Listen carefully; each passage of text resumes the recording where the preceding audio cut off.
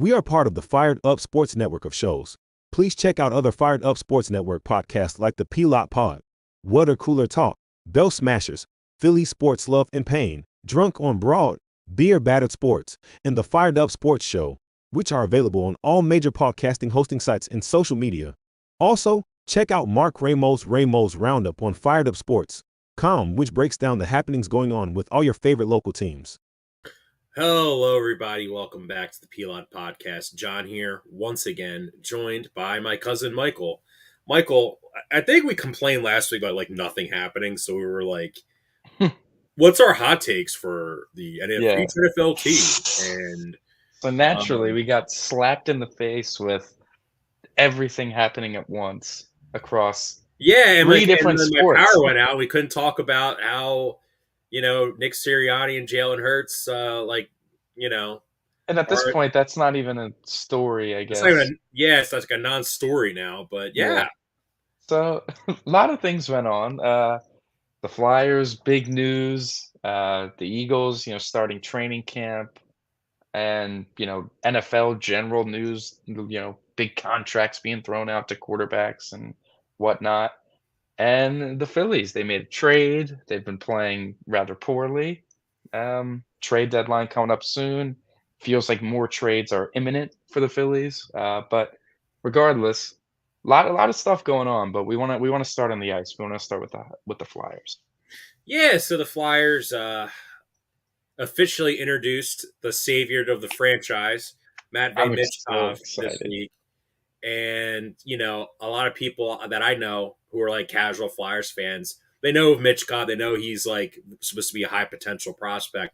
They're like, is he like the savior of the franchise? I'm like, he's probably the most talented player they've drafted since Eric Lindros. Yeah, like he's a high prospect. He's,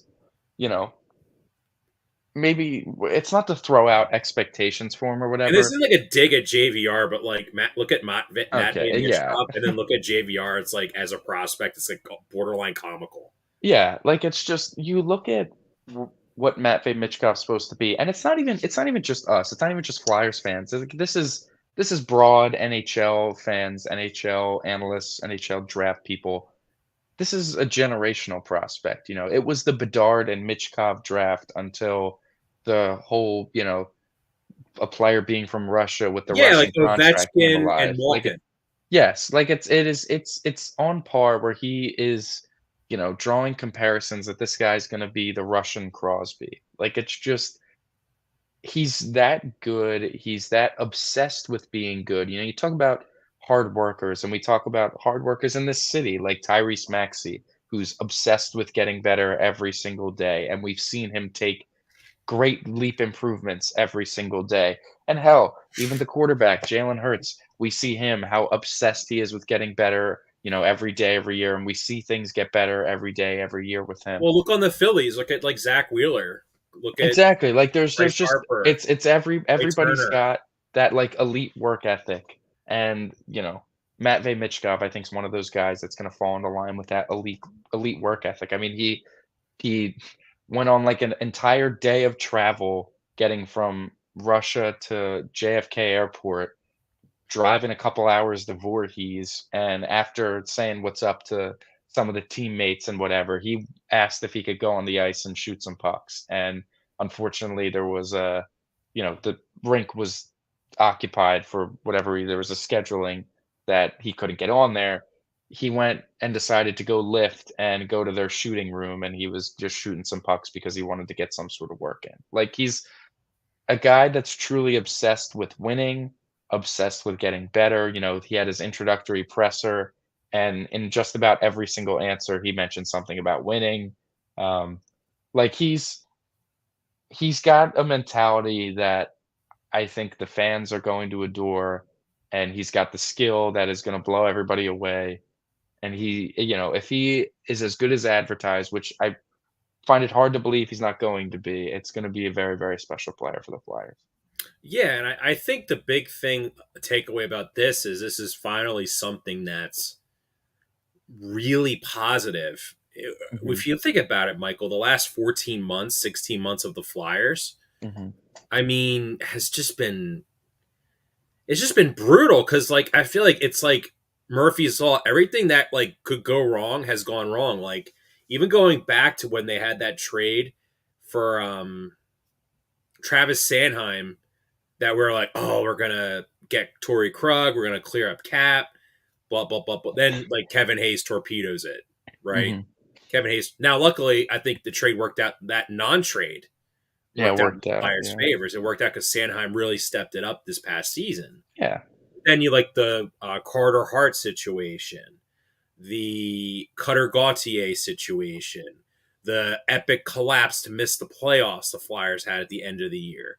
Like you're dealing with the goalie situation with Alexei Kolosov currently not feeling properly assimilated and him wanting his NHL contract terminated. Right, yeah, because it's like they re-signed Fedotov and they still have Ersson, so it's like he doesn't really have a spot. Like, listen, he thought he was coming over to, play in the NHL, and they were like, "No." And he's like, "Okay, well, at least I'll play every day in the AHL, and I'll have a chance to compete next year." And he was being the backup to Cal Peterson in the AHL, and then they handed out, like you said, that extension to Fedotov, and he's like, "Well, when the hell am I supposed to play?" So, listen, the Flyers did not handle that situation, I think, the best that they could, and it's hard to blame the kid who, up and moved his life to not have the opportunity that he thought he was well, getting. yeah, like if you have like a goalie prospect, you want him to play somewhat regularly to get, it's just like in anything. It's kind of like with Raphael Marchand. Like no Russian players and the Phantoms really. Like he was just kind of by himself. Yeah, exactly. Like, it was tough. But Michkov is here. He wants to play for the Flyers. I know that's like funny. It's crazy. 20 years ago, like the Flyers were one of the premier destinations in the NHL. Even 10 years ago, Michael, the Flyers were one of the premier destinations in the NHL. Mm-hmm. Now it's like, Cutter Gauthier, oh, I don't want to play for the Flyers for, X reasons, but if you trade me to the Bruins, I'll be happy with it. It's like, screw you, dude. Yeah. So now he's going to rot in Anaheim. Listen, the Flyers, it's very, very fortunate that they found a guy as talented and as gifted and as driven as Matvei Michkov that wants to be here. It's very, very it's an exciting time. And he's one of those players that I really think is going to be able to elevate line mates. And it seems as though he's going to be centered by Morgan Frost and I'm thinking it's going to be Forrester on the other wing. It could be Tippett, but I'm thinking it's going to be Forrester. But regardless, I think we're going to see those two guys look a lot better and produce a lot more playing alongside of a guy like Matvei Michkov, and it's going to be fun to watch. This team still needs help. They're not close to contending just yet, but this is the most excitement we've had for a young player, I think, in a long time, maybe in my entire like life. Devontae Smith. Like, yeah, and then I think it's just like a little. Yeah, I think it's just a little different in those sports, especially football. I think it's a little different because I think there was the general caution of like Devontae Smith being too skinny to maybe translate to the NFL. But I talk to people who like do their own draft evaluations and prospects. Mm-hmm. My one friend, him, Gino, he ranked him as the third best prospect in that 2021 draft. Yeah, no, listen, it was no joke that Devontae Smith was a wonderful, wonderful prospect, and obviously it's panned out. But with a guy like Michkov, where I think it's almost like the shock, where we were shocked that he slipped to us at 7. We were shocked that the rumors were that he was going to come over sooner than the contract, and we're shocked that it's right now. Like, I think it's so many things that just unexpected with him. I think all this, like, if I say tragedy, is that an overblowing it a little bit? I mean, I don't know. All these like unfortunate circumstances the Flyers have dealt with over the past year. Yeah. They have accelerated them pushing to bring him over because Dan Hilferty might have said, like, what's happened the last year, like, this isn't like to Danny Brave, maybe to Keith Jones and Danny Brave. I'm not blaming you guys for it, but like, we need to sell tickets. And now that we know that the Wells Fargo Center is not the Wells Fargo Center will no longer be called the Wells Fargo Center because they need a new sponsor. Is that this year? Is that happening now? Or is that like a next year thing? Maybe, I don't know. I think it might be a next year thing. I'm not sure. But either way, like, that's a big revenue stream is the name on the stadium. And those stadium naming rights are huge. So listen, So they needed a player something. We basically need something to sell tickets. Now, was I going to watch the Flyers next year, regardless if Michkov was coming over? Yeah, but like, I don't think the Flyers are happy that their co-tenant, the Philadelphia 76ers, are selling out every game. And the fact that they don't want to be here ultimately, and they're selling out every game. And which, by the way, they might be moving in the next several years as well. Like, they're going to be the only team potentially in that arena. So even though like the Sixers are like co-tenants, the Flyers still skim from what they make in ticket revenue because it's their building. Yeah, like, listen, it's the fact that they didn't mess up Michkov, at least. There was I think a lot the point of I'm making is the Flyers can't afford to blow, is what I'm saying. Yeah, and listen, neither of us thought they were gonna blow entering this season regardless, just because of what we saw last year. Like, they didn't blow last year, even if they're not gonna play over their heads in a playoff spot for, like, 85% of the season, but, before the collapse, they were probably gonna finish about middle of the pack anyways, which doesn't blow, but that might arguably, be worse.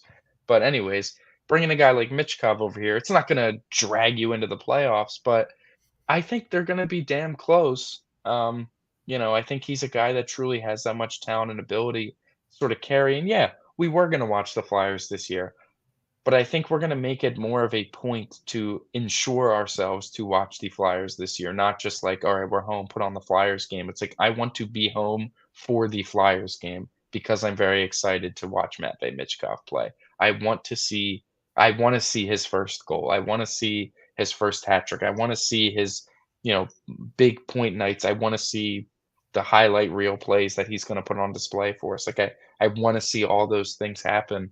I'm I can't hide the excitement. It's ridiculous. It's a very, very exciting time having Matvei Michkov coming, and perhaps, unfortunately, the Flyers zapped away some of that excitement with a contract extension mere days after the fact. Yeah, the Flyers have re-signed. I'm guessing extended. I guess extended their best player. When I say best, I'm going to put air quotes because this isn't really a team that is loaded with great players. Mm-hmm. Travis Konechny, 8 years, $70 million. Originally, he was seeking $10 million a year, and I suppose from a negotiation standpoint, if the guy wanted 10 and you were offering 8 a year and you pay him 8.75 million, it swung in the Flyers' favor if you look at it from that as the dollar amounts. Yeah, I mean, I think you wanted 10. It's really nonsensical to me that you're paying Travis Konechny. He's one of the highest paid players in the NHL. And he's just not that. And he's not there. Like, he's like, it's a shame. Here's the comp for him, and this is from what I've seen.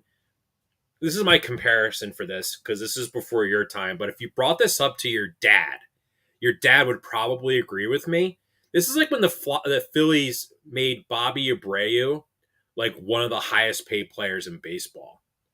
And you're probably like, well, John, like, he had this really great WAR, et cetera, blah, blah, blah, blah, blah. If you watch Bobby Abreu play in Philadelphia, he was like a really solid, really like underrated good player.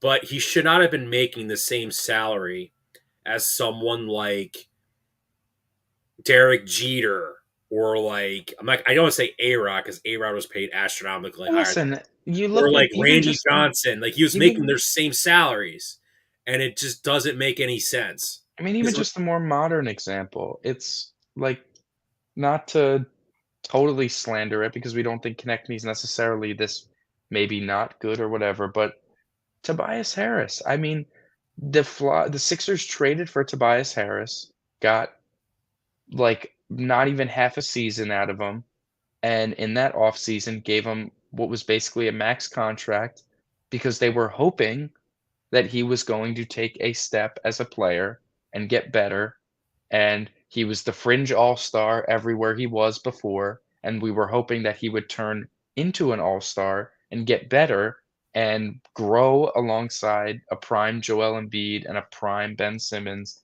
and lead this team to championships, and it didn't happen, and I know the circumstances aren't necessarily the same, but I think what the Flyers are doing by giving this 8-year, $8.75 million contract, it's either A, they have an incorrect perception of what Travis Konechny currently is, or B, they are hoping that he becomes a better player. Like, you look at some of the money, he got paid slightly more money per year than what Sam Reinhart made, who's coming off a $57 million, or sorry, a 57 goal season and a Stanley Cup championship. Like, a guy that's just consistently scored more goals throughout his career. You look at guys like Jake Gensel, who he got more than Jake Gensel, and he's been a guy that's been able to produce a lot more on multiple teams. It's just Konechny is a good player. There's no you can't just lie and say that he blows. Do you think, Michael, that they're paying him all this money because they think that once they get like obviously the Flyers are going to have a ton of cap space next season, regardless of this extension. Yeah. Regardless of the extension, right? They're going to be adding players next year. Like this season is like the Michkov like test run before they like go out and go start getting players. It's like when Joel was healthy and they drafted Ben. Ben breaks his foot. He's out for the season. So they're like, okay, next year it's going to be Joel and Ben, and then we're going to go out and then add players to this team, and then maybe we'll be like a 50-win team, right? Yeah, listen, that's kind of what the vibe I get from him is. But like, so what you were saying before the show, like, well, go ahead. Like, I'm sorry, I don't. No, it's fine. It's just like hearing what the Flyers say and what they're doing. And listen, I don't need my front office people to be totally honest with the fans, like in terms of like, oh, what our plan is. You don't have to be like, you know, super strict on sticking to what you say if you actually have like a legitimate plan. But they called it a rebuild. This is not the type of contract you give out in a rebuild. You don't give a 27 who's turning 28 at the season year old winger who's never been point per game and is just now breaking through 30 goals the last 2 seasons because he's playing more minutes per game. An 8-year with 6 of those years being full no trade clause and the last 2 being limited no trade clause, this kind of money, like you're giving him more money than he's worth for longer term than he's worth. We know how hard it is for undersized forwards to have success in the NHL. There's a reason there's not many of them, and that someone like Brad Marchand is one of the only players in, recent NHL history that's been an undersized forward that's been able to age very, very nicely. It's very difficult to do so. And a guy like Travis Konechny, who already gets banged up to a decent degree, it's going to be hard in his early to mid 30s to stay healthy consistently. And it's not like when he is healthy that it's some extraordinary player. It's a very nice player, but it's not as good. And you look at what the Flyers are doing contractually and who they have locked up for essentially the next like 6-7 years. It is Owen Tippett, who I like, and I think Owen Tippett will take a next step and be worth his contract. It's Sean Couturier, who before he had the sports hernia in the middle of the season was en route to winning perhaps his second Selke award, Selke Trophy award, because he was playing that good defensively. He was figuring, back into his offensive groove, but then he got a sports hernia and became very, very essentially unplayable as he was getting healthy scratched during, the stretch run of the season. Travis Sanheim is also under a very large contract, and then you have Travis Konechny. Sanheim, Couturier, and Konechny, and I guess Tippett being like your core four for over a half a decade I personally don't think that those guys are enough to be like your top flight guys on a championship contending team. Oh, of course not. I And totally agree. but a lot of money is locked up to those guys as if they would be, and I think that that is inherently the issue here, that whether it's them overvaluing their own players or whatever, that Matvei Michkov is a teenager right now. And with this sort of team build and perhaps the path that this team is going is that maybe in 2 to 3 years, they'll be looking to compete for a cup window when Michkov's like 20, 21 years old. If what you have at that point is not enough, it would be very, very nice to know that you have another, like, retool situation that by the end of it, you could move off of a certain guy like Travis Konechny and kind of rework the roster around Michkov so that when he's 24, 25, we're ready to compete again. But now it's almost like Michkov is stuck in this core of Couturier, who's aging and perhaps hopefully might not be able to see, hopefully can stay healthy. Sanheim, who we like and showed improvements last year, but is in no way like the best defenseman on a very good team. Owen Tippett, who we believe in and think he will get better, and we like him, but again, we're hoping still. And then Travis Konechny, who we won't feel is worth the contract unless he becomes a player that he hasn't been through the first like 7 years of his career. So as exciting as it is for Matvei Michkov, seeing the other moves and the other dominoes fall around it, I have to say that I definitely have my reservations, and I'm very hesitant to believe in the Flyers contending wise for what's going to be like the early part of his career and the early part of his prime. Yeah, because it's I'm like, I mean, nervous. Michael, you tell me, but it's like, are the Flyers are like, unless they have some concocted some sort of plan, and we talk about Keith Jones having all these connections within the NHL. Like, if they're getting like Leon Drysdale, if I'm sorry if I'm mispronouncing Drysdale, like if they're like, we're gonna go all in to try and sign him in free agency next year, and we're gonna have Michkov, and then it's like we're gonna move off of like one of these ass contracts. Lawton, Farabee. Yeah, we're gonna move off on like one of these ass deals, and then we're gonna like the thing with Danny Briere, Michael, is like I like Danny Briere, but I think we kind of hyped ourselves up thinking he's gonna be like Howie, where he's gonna make all these like moves where you're gonna be like, oh man, I can't believe we got like a first for Farabee. Farabee doesn't want to be here. Like, listen, they get like getting guys like, you got a first for Sean Walker. That's great. And they tried to move mountains to get up to 4 with Buffalo, but Buffalo was pretty hell bent on staying there. I can't kill him for that. And Matvei Michkov fell in his lap. But guess what? Danny was able to land the plane and get him here so much sooner than we could have ever imagined. That's great. Can't kill him for that. But the things that I can kill him for is this Konechny contract. We talked about a pre-show that we have a problem with the annual value, AAV, annual average value of 8.75 million, and we also have a problem with the term of the contract. 8 years is a long time for a 27, 28-year-old forward who's gonna be here by the time he's like 35, and those last 3 years or so are just probably gonna be pretty bad of the contract. So, we talked about pre-show. We would have rather them even go higher AAV and be wrong that way if it was going to be for only like 5 years, for example, because you're going to get the best 5 years. And then after that, you'll be able to just be done with it and rework the roster around Michkov to see what you have left. It's just, I'm not a fan of the contract. Well, Even a little bit. Now, like this is a completely different perspective. Like, does Travis Konechny offer intrinsic value that if he wasn't here, it would hurt the overall like locker room?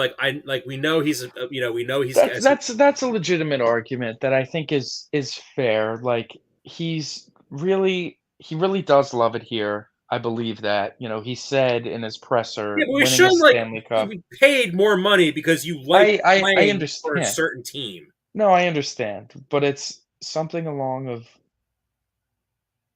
when one of the best players on the team, and you can argue how good the best player on the team is really kind of devout to the city in a way where, he's making claims that he's winning a Stanley Cup anywhere else wouldn't, like, feel the same. We know he goes to Phillies games, we know he's out and about, all that sort of things, like, we know he does enjoy it here.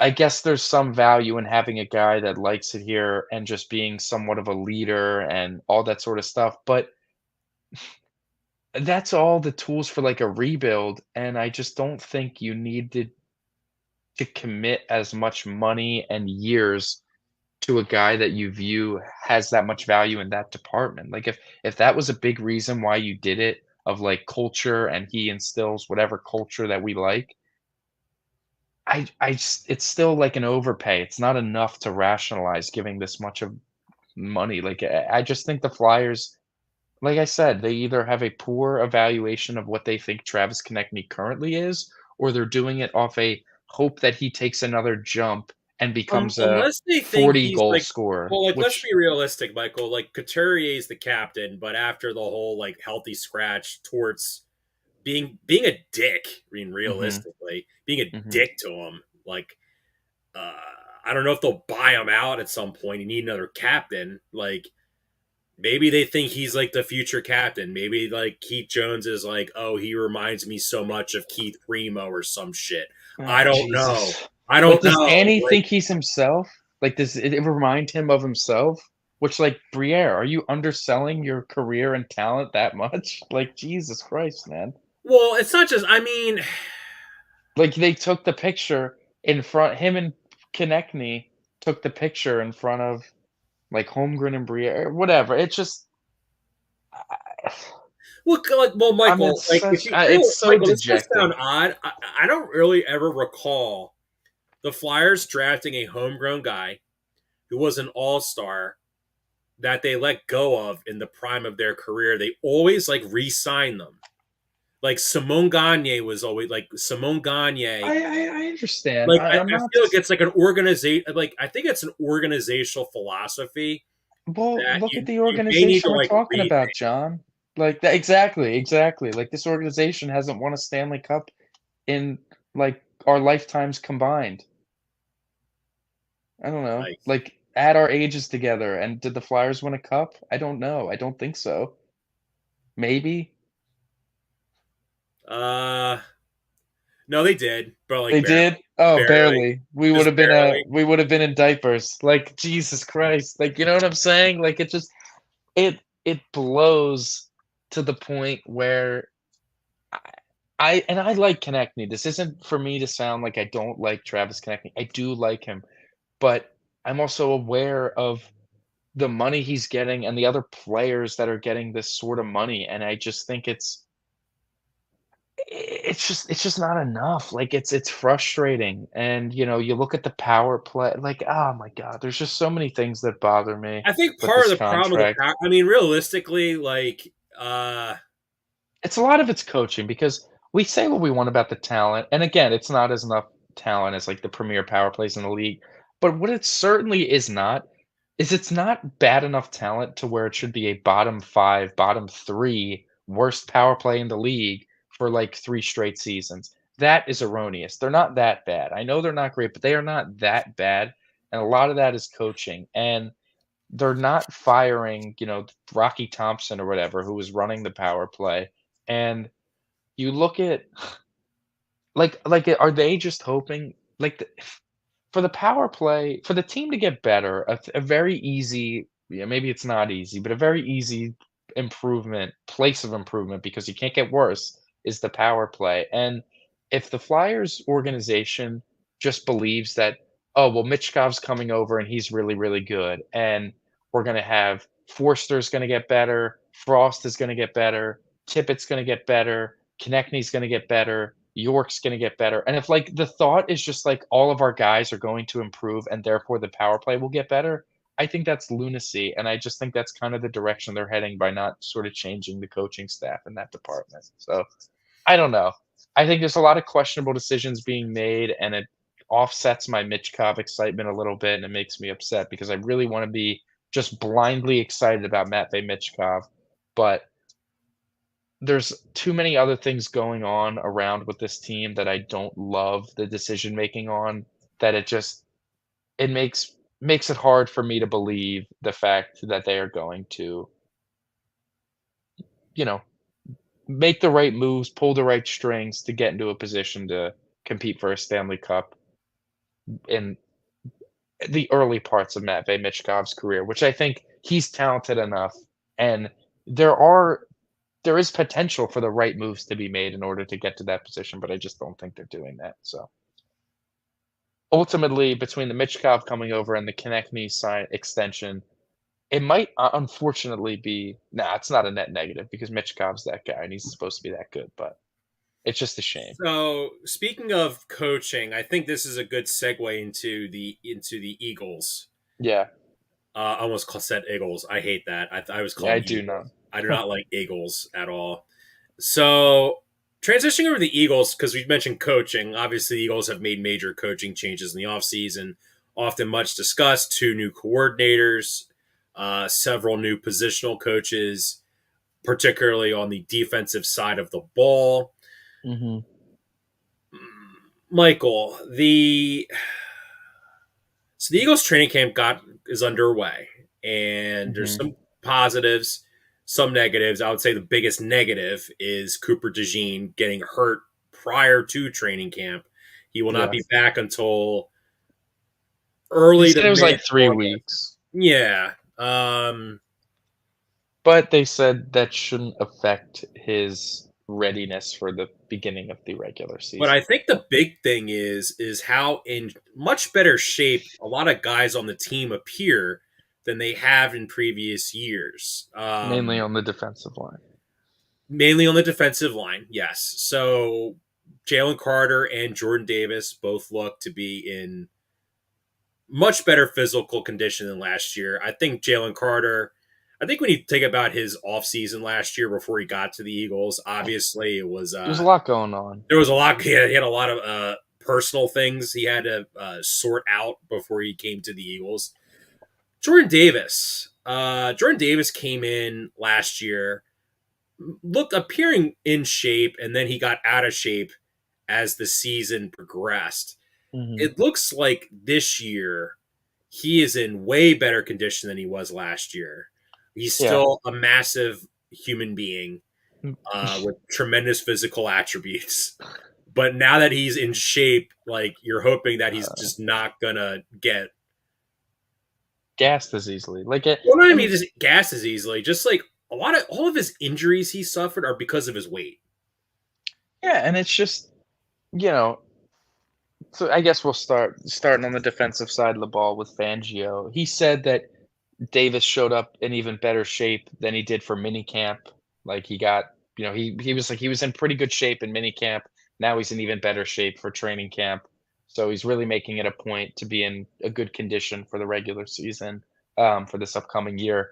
And listen, it's a big year. A lot of what the Eagles defense hinges on, the defensive line being what we hope it is. And, Jordan Davis said Vic Fangio wants him to be able to handle, if he had to, like playing every down of a drive defensively, like being able to be on the field for 10 plays. And, Davis jokingly said, like, I don't know if Nick will like that. As we know, Sirianni likes his, rotations, keeping guys fresh, whatever. Regardless, Fangio is going to make sure, or at least be very pushy to making sure that Jordan Davis is in shape, because if you were going to get the best out of him and the most out of him, he needs to be in good shape, because we saw early in the season the legitimate flashes where it's like, man, I mean, look how quick he's getting off this guy, and he's making plays on the run. He's taking on 3 blockers and breaking through and whatever.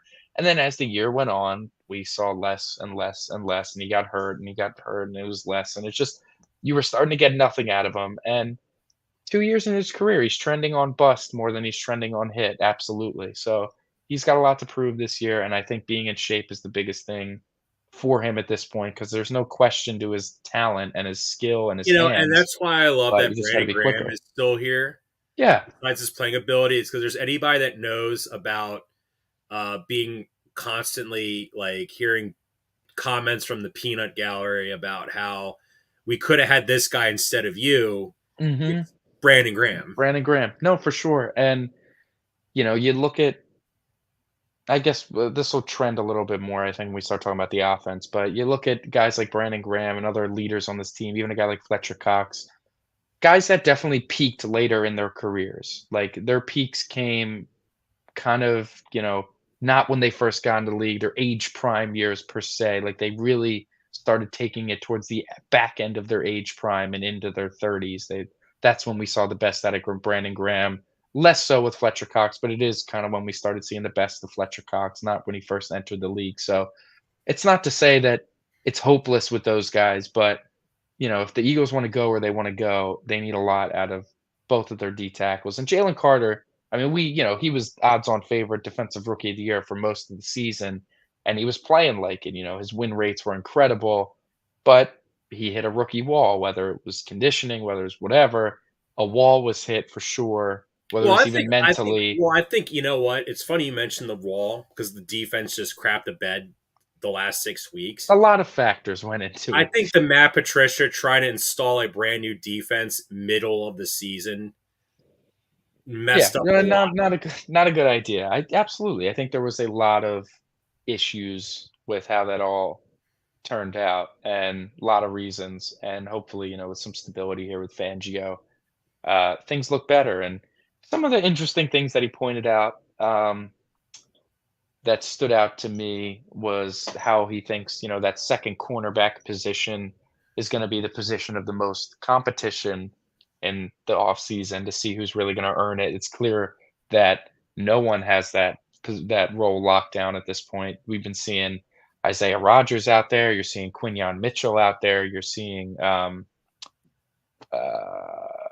my God, not Brad, but Keely Ringo out there. You're seeing a lot of guys get that second corner rep, and I think it's important that they all get a look at it and you really figure out who the best person it is for it. I would like it to be either, I guess, Quinyon Mitchell or Keely Ringo. I'm good with either one of them. Maybe I guess Ringo, I guess, because he did play there a little bit last year. But it's interesting to see where the big battles are going to happen, and that second corner spot's definitely going to be a big one. And yeah, it was interesting also. Devin White, which we think when we think about Devin White that he's probably just not very good. But one of the more interesting things he said, not the whole group chat with AJ Brown and Jalen Hurts, where they send like probably really corny motivational things in it back and forth, but what he said about Vic Fangio, and it's kind of that old school mentality that he's got, where it's like he's not afraid to call you out in the film room, like direct. He'll look at and he'll be like, whether it's your name, whether it's your number, he'll just be like, "What are we doing here? Well, what is this?" And maybe that level of accountability is something that will resonate better with the defensive I think it players. is. I'm going to tell you why. Remember when all the reports about Sean Desai were coming out last year, where he was like timid, like wasn't sure of himself, well, you don't mean to tell me that like Jordan Davis and like Jalen Carter, when they were at Georgia, like the coaches were like, "Oh my God, great job, Jalen, nice play." No, they're probably just getting screamed at the whole time. That's probably why, like a lot of them were. That's probably a big reason why they're successful, because they're pushed to be the best possible players they could be. Like you don't get that good on talent alone, Yeah, no, for sure. You need to be able to push as a coach, and you need to be able to hold players accountable. Like there's especially on the defensive side of the ball when like laziness can really get pointed out, like your backside player not hustling, all that sort of stuff, where it can really get signified. And like you said, like all the Desai reports were like he wasn't sure what plays he wanted to call, wasn't sure this and that. You can imagine in the film room him not wanting to call out, Jalen Carter, wanting to call out, any number of young guys or even the veterans. I want to call out Darius Slay, just anything. And, that breeds whatever mentality. And we saw how all the defense collapsed. And I'm sure it was a combination of every possible factor you could name, the reason being the defense collapsed. So getting Vic Fangio, I think, is good in that respect, where I don't think you're going to have guys taking plays off and getting away with it or anything like that. And the last thing I wanted to say about Fangio that was interesting was his analytics comment, where they asked him about it, whatever, and he goes, "I have my own analytics. I've had this process for a decent bit of time now, and it's not something he's shared with anybody. It's his own way of evaluating players, his own way of anything." And this isn't to say like he's some dinosaur and it's like, oh, my analytics is I just watch the film. Like, no, I think it's actually true. Like, he has his numbers that he believes in. But the point that I think was being connected there was you can have the disciples of the system, all the guys on the Fangio tree, the like I Fangio think, scheme, but it's not the same as the scheme, the because look brain at trust Andy itself. Reid's assistants. Like, Yeah. have Andy Reid's assistants, I mean, when I like his offensive assistants in particular, yeah, the only successful one outside of working with him, there's only one guy. Yeah. Is it Doug? And even his success has ran out at this point. Well, like, and Doug's not an X's and O's guy. He's like an organization, like, motivation guy. Yeah, he's not on the cutting edge. Like, he needs an X's and O's guy to help him out, is what he needs. Absolutely. Yes. So, like, yeah, like, I think the term is like, I'm gonna show you some of my tricks. I'm not gonna show you all of them. Mm-hmm. Yeah. So Fangio, I think just getting him and say what you want about a Vic Fangio scheme, if it's really that good or whatever, but you're at least getting it from the source, which it means you should be getting the best version of it that you've been trying to get the last several years. Well, and I think also too, like, he's got better players here, I think, than he did with Miami. I like the Dolphins linebackers more. I think the other stuff is comparable. I think he'll need to get more out of there's potential for the Eagles, I think, to have the better talent, like on the defensive line and stuff, but you got to get the most out of it. You got to develop it. I just think that. But it's a fair, I think it's relatively similar, maybe a slight edge to the Eagles. Well, the thing with Fangio is that he got a lot out. He gets the most out of the players with their potentials, I think, to a certain extent. Mm-hmm. Like Christian Wilkins played like an all-pro last year. And I mean, he just might be really good. And he's real, but like, exactly. Like Andrew Van Ginkel, right? No, like, he was like Alex Singleton basically, and he plays like a semi-Pro Bowler. Yeah, like we want Jalen Carter to be an All-Pro guy. We want Jordan Davis to be a Pro Bowler. The Dolphins' defense was completely like hemorrhaging with injuries. The players hated them, and yet they totally overachieved. And whenever they would play these good teams, their defense would keep them in the games. Like, yeah, because the offense was incapable against playoff level defenses. Absolutely. Like, I mean, if we're just being realistic, I think that's kind of why the Eagles. That's the main reason that the Eagles were attracted to bringing him in, is because they were already going to have him replace Gannon in the first place until he completely screwed that whole thing up. And I think they wanted the veteran presence on the defensive side of the ball as well. Because they knew they were going to bring in a lot of young players. Exactly. So, man, it just got really dark outside. My lighting got a lot worse because my window was my source. Yeah. My window was my source of light. Anyways, I'm sure the sun will come back out in a second. Yeah, so speaking of the Dolphins. Well, wait, do we want to go to the offensive side of the ball first? Yeah. Oh my God, dude. I just Googled Kellen Moore, and you want to talk about do you want to hear some copium from the Cowboys fans? Oh, man. This is from the blog The Landry Hat. So I think we know which blog which team this blog supports. Kellen Moore may already regret joining Eagles after reported turmoil. This is from 2 days ago. they're talking about the Diana Rossini report about how Sirianni. What does that have to do with Kellen? All right, whatever. That is copium, because that had nothing. That has zero to do with Kellen Moore. Kellen Moore was hired to that Jalen Hurts. Everything away saying from that Jalen Hurts is a diva because he wants the offense to be his own. He's going to butt heads with Kellen Moore. All right, man.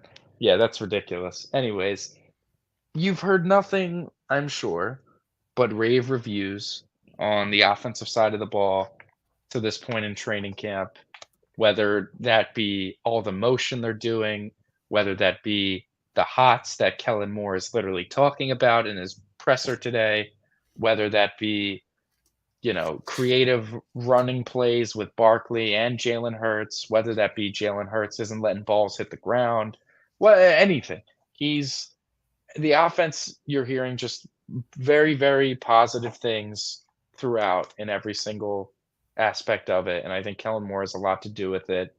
The easy comparison to look at is the 2021 Dallas Cowboys offense. I think that offensive structure aligns pretty nicely with the Eagles, and as you know, as we saw, Devonta Smith has been watching CeeDee Lamb tape from 2021, so Amari Cooper, A.J. Brown, CeeDee Lamb, Devonta Smith, Dalton Schultz, Dallas Goedert, and Ezekiel Elliott, Saquon Barkley. So if there's any inclination of what the offense is going to look like, it's probably going to look like what the 2021 Cowboy offense looks like. And damn it, that was a really good offense.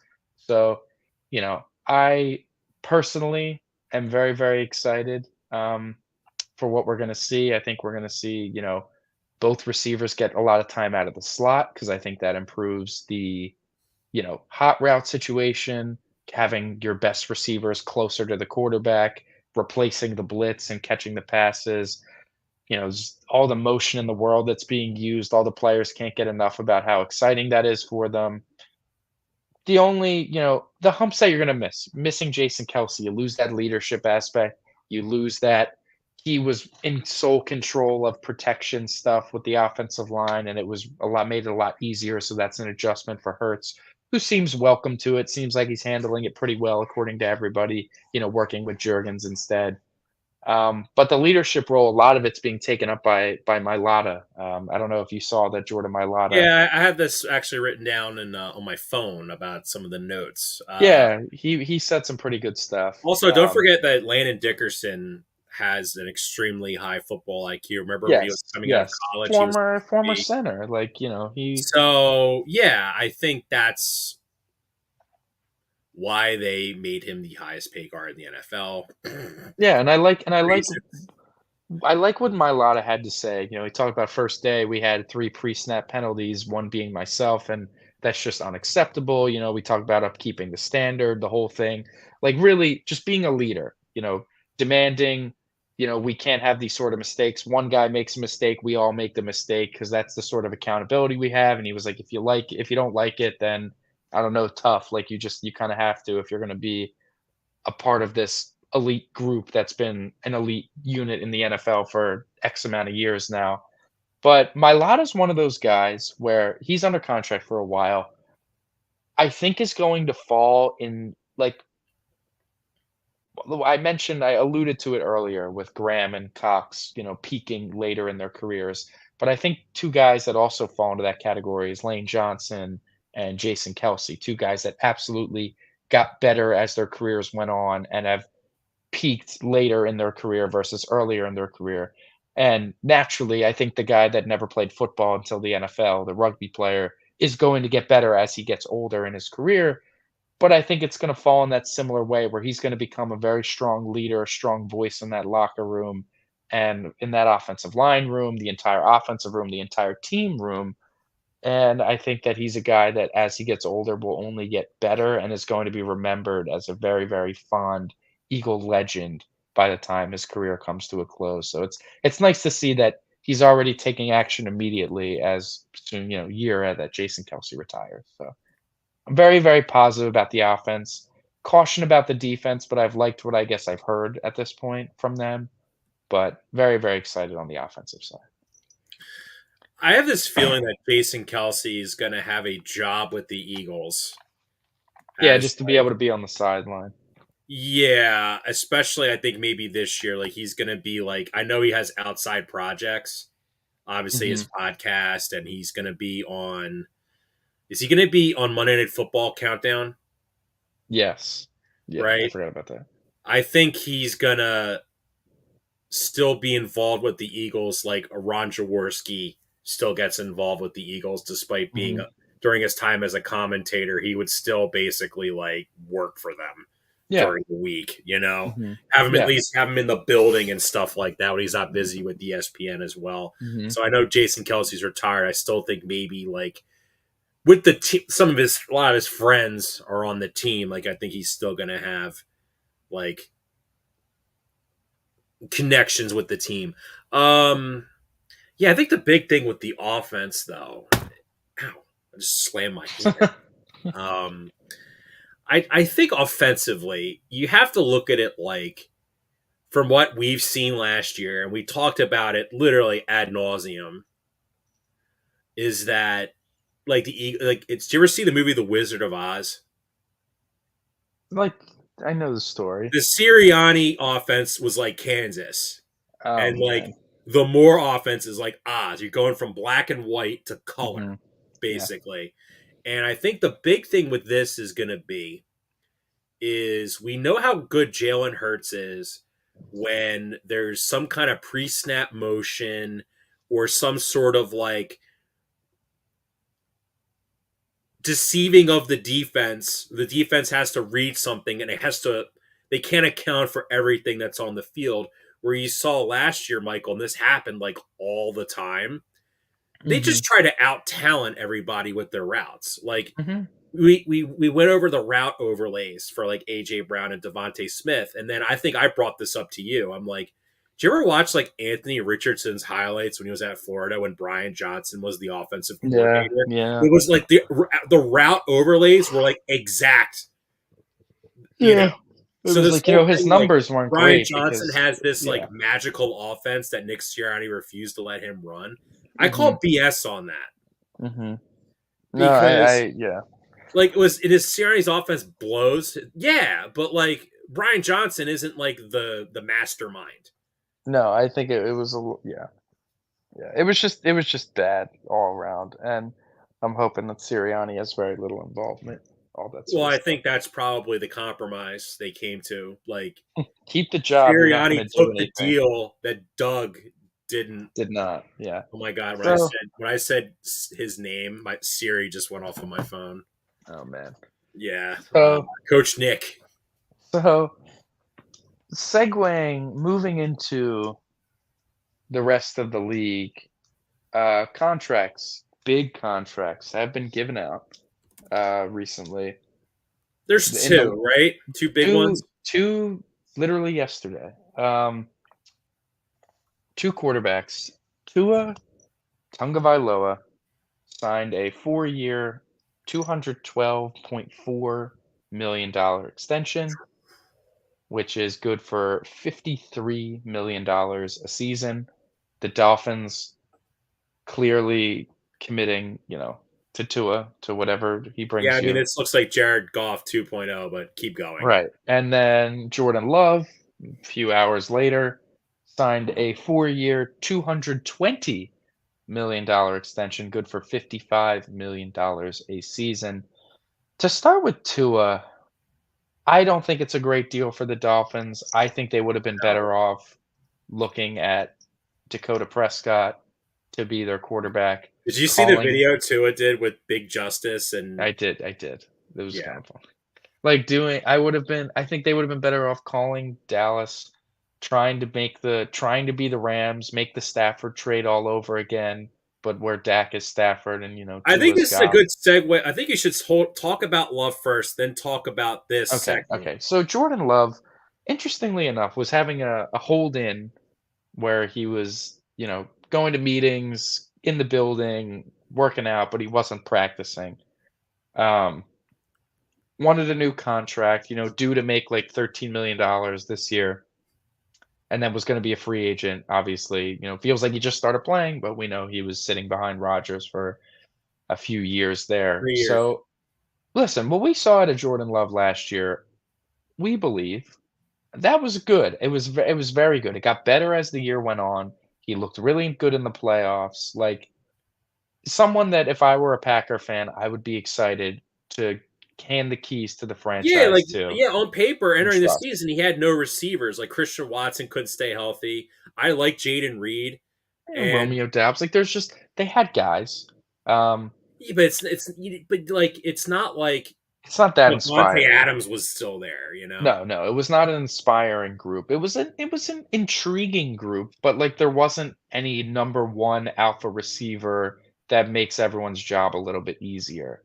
And he came in, Matt LaFleur offense, and they had a great year. They had a really, really nice year. Obviously, they lost Aaron Jones, replaced him with Josh Jacobs. We'll see how much that moves the needle for them, if at all. Um, but Jordan Love looked really, really good, and he had a nice couple playoff games. Packers not dropping some like pick sixes away from potentially going to an NFC title game. And against the Lions, we know all the voodoo the Lions have against the Packers, so that could have really been a trip to the Super Bowl, perhaps. Um, but regardless, they did go into Jerry World and absolutely dominate the Cowboys, and Jordan Love looked very good doing it. He looks good. Everyone's saying the Packers found their guy. They went from Favre to Rodgers to Love without missing a beat. He was always going to get paid. Is he Yeah, and worth to dude, like become the his highest arm paid talent. quarterback? Like we know he has arm talent. Like that's the thing is like when the Eagles played the Packers in 2022, when Rodgers got taken out of the game and they put Love in, I think I looked at you and I'm kind of like, all right, let's kind of see. I'm kind of curious We now. want to see we wanted to see what he was. Now I'm curious, and he throws like a 60-yard touchdown. I'm like, We were like, damn, okay. I was like, oh, this guy might actually be good. This guy might be good. That was everyone's first introduction to Jordan Love in the NFL, and he kind of ran with it since. Had a really, really nice year. Listen, if I'm, am I happy to give him the highest paid, quarterback money? Like, probably not. He has really only I feel like played. when you're the highest paid quarterback now, it's completely irrelevant. Yeah, but even just at the time where it's like you talk about negotiations, and obviously, Tua signed, and you'd like Love's better than Tua, so you're giving him more. But it's like guys like Burrow and Herbert and Lamar and Hurts and Mahomes, all those guys have already signed. Where it's like if you're Jordan Love and you're the Packers, it's like you're the Packers. You're like, dude, listen, you're great, but you're not as good as these guys. Like, come on now. Like, let's work it down a little bit. But listen, they gave him whatever he wanted. Maybe he was demanding it, and the Packers like, we'll look at it as an investment, and he'll be better than some of those guys by the time a couple years into this contract. Whatever. They had to do what they had to do. I don't think it's going to kill them by any stretch of the imagination, but it's definitely going to have an effect on other quarterback negotiations very shortly. And I guess that'll lead us into talking about Tua, where I don't think this is a great move for the Dolphins. I think they would have been better off, like I said, with trying to maybe get someone like Dak. But if you're going to commit the money to Tua, I don't think it'll kill them right away. But I think eventually you're going to realize how stuck they are. I'm surprised they didn't realize it yet. Like, we see the Dolphins offense. We know how good it can be against, say, the Washington Commander defense and other very poor defenses across the league. We know how good that offense is and how electrifying it is and all that sort of stuff. But when we see that defense play or see that Dolphins offense play against playoff caliber defenses, whether that be the Kansas City Chiefs, whether that even be the Philadelphia Eagles in October, whether that be the Buffalo Bills, whether that be the Cincinnati Bengals, whether that be the Dallas Cowboys in December, whoever it is, we see the Dolphins offense run into a lot of problems when they play against a good team. And it's because these good teams with good defenses, they do their best job to take away what the Dolphins do best. Press Tyreek Hill to get him slow releases off the ball and really load up guys covering the middle of the field, because Tua we know is a rhythm guy, we know is a timing guy, that he is going to take the snap 1-2 by the time I look this way, because he's good at eye manipulation. He's like, I'm going to take 1-2, look left, by the time 2 seconds hits and I turn right, there's going to be Tyreek Hill open on a dig route. I'm throwing it no matter what. And where we see him throw some of the more mind-boggling interceptions is that he does 1-2, turns the throw back to Hill, and there's a guy standing right there that he's not even looking at because he's so locked in on a timing route. And good defenses know how to stop that. And it's why we saw the Dolphins get embarrassed in the playoffs. It's why they got embarrassed in Germany by the Chiefs. It's just the offense is very, very limited against good defenses. And I think Well, Tua the Michael, biggest reason. I just find it's interesting you brought up you've been talking about this for a while, this like proposed like the Stafford Goff 2.0 trade of Tua and picks to the Cowboys for Dak. This is the GM of the Dolphins, Chris Greer. Chris Greer has been with the Dolphins since 2000. Now I'm pulling this from Wikipedia right now. Jesus, 2000? They even want to play. Mm-hmm. He became their general manager in 2016. His first move was hiring Adam Gase to be their head coach. That was his introductory move. A miss. Okay. Do you want to know his first actual like transaction he did as the Dolphins GM? Was it Tannehill? No. His first transaction as the Dolphins GM was he traded the 8th overall pick to the Philadelphia Eagles for the 13th overall pick, Byron Maxwell and Kiko Alonso. Okay. So Howie immediately ripped this guy off as soon as he got a job. Yes, and that ultimately led to Carson Wentz. Ultimately, interesting. So what I guess my point being is that the Dolphins GM is not smart. Mid. He's mid is what my point is. Yeah. He's not bad because listen, you got Tyreek Hill, Jalen Waddle, but like the Jalen Waddle trade, like that. Here's the thing with Jalen Waddle trade. The Tyreek Hill trade. Smith is as good, if not better, than Jalen Waddle. They gave up a first-round pick to the Eagles to get Jalen Waddle. Yeah, no, they gave up a lot to move up to go take him. And Waddle's good. I like Waddle a lot, but listen, he comes with injury concerns, etc.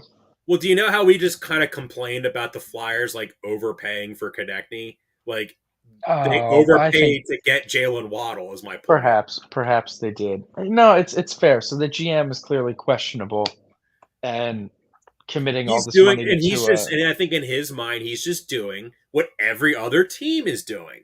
Yeah. Paying the quarterback. Paying their quarterback. Here's the thing. This is where I think that Mike McDaniel is going to probably have final say on the roster in a couple years. Is because we know Mike McDaniel, he's like very positive, you know. There's going to come a point where Mike McDaniel is going to has to think like, if I don't win a playoff game, like my job security isn't going to be the best. Yeah. Yeah. Like the only coach that never won a playoff game that was a coach forever was Marvin Lewis. Yeah, and that was its own issues. No, for sure. I'm not trying to like crap on Mike McDaniel. I think he's a good coach. No, I think he's a great offensive mind. But then there's going to come a point where he's going to think like, I don't think Tua can take us past the wild card round. My biggest issue with that is that why don't you know that now? Everyone, I think, knows that now. Do you think they asked Mike McDaniel, yo, what do you think? I mean, you have to, because if you remember the Hard Knocks and just even the clips of watching Mike McDaniel, everyone was ready to move on from Tua before even Mike McDaniel got there. And Mike McDaniel gets there, and he wanted to make it a point. He's like, I need to show Tua that he's really good. Like, remember he compiled like an hour-long highlight video of Tua and sent it to him, and he's like, look at this. Look how good you are. Like, and listen, that's a great thing from a coach, instilling confidence in a young player, going above and beyond to make sure that young player believes in himself and feels confident and comfortable and all that sort of thing. That I think is really, really good. Now, is that coinciding with Mike McDaniel believing in Tua a little bit too much. You hear all the things Tyreek Hill says about Tua, where he thinks he's the most accurate quarterback in the NFL. And I'm not saying it's like, oh, Tua's got a fragile ego and we need to pump it up or whatever. But if it's just, you talk about negative perceptions, if they have a perception of Tua that isn't accurate to what he actually is, then they're just going to be stuck. Where I find it hard to believe that Tua's going to grow into a guy that's just all of a sudden gonna get better. Like, his arm's not gonna get any stronger. Like, that's not gonna change, and he throws a lot of balls down the sideline that, with his weak arm strength, become just genuine 50-50 balls, and you're banking on your receivers bailing them out and making a play for you. You can get better at evaluating the field and reading defenses and all that sort of stuff. But again, you're hoping that he gets better in that regard. And even then, if the arm strength's not going to get better, that still limits you in being able to push a ball to the sideline for like a 12-yard pass accurately and consistently, like other strong arm quarterbacks can do. I don't know if hoping that those things get better in order to be able to beat these playoff caliber defenses and go on some sort of deep playoff run, a lot of that comes on hope again, and I don't know if I'm banking on that and throwing $167 million guaranteed, $53 million a year, 212 total million to a quarterback that I am not positive can do those things. And again, maybe the Dolphins believe he can and do truly believe in all that sort of stuff. But I think almost all NFL fans, and I think a lot of NFL executives don't view Tua in that regard, and I think that's why this So contract is yeah, I'm ultimately going looking to hurt the at Dolphins. Tua's. So let's go to Tua's 2022. Yeah. 13 games, 64.8 completion percentage, 3,548 yards. He averaged 8.9 yards per attempt, 25 touchdowns, 8 interceptions, sacked 21 times, which isn't that bad, and a quarterback rating Statistically, is going to look 105.5 with a QBR of 70.6. statistically, it's going to look pretty damn good, but that's, you look at his per game sort of stuff. Quarterback rating of 63.9, QBR of 15 in the playoff loss to Kansas City. Quarterback rating of 62.7 in the loss to end the season and lose the division to the Buffalo Bills. Quarterback rating of 71.9 in a blowout loss to the Baltimore Ravens on New Year's Eve. Quarterback rating of 87 against the Chiefs in Germany. My point is, like, I think my point I'm trying to make is, I think maybe internally with the Dolphins, they're like, okay, Mike McDaniel's only been the coach for 2 years. Mm-hmm. We were a complete disaster before he got here for the most part. Mm-hmm. He's building a culture. He's building a winning culture, and Mm-hmm. that takes time. So maybe we shouldn't, hit the abort button maybe so soon.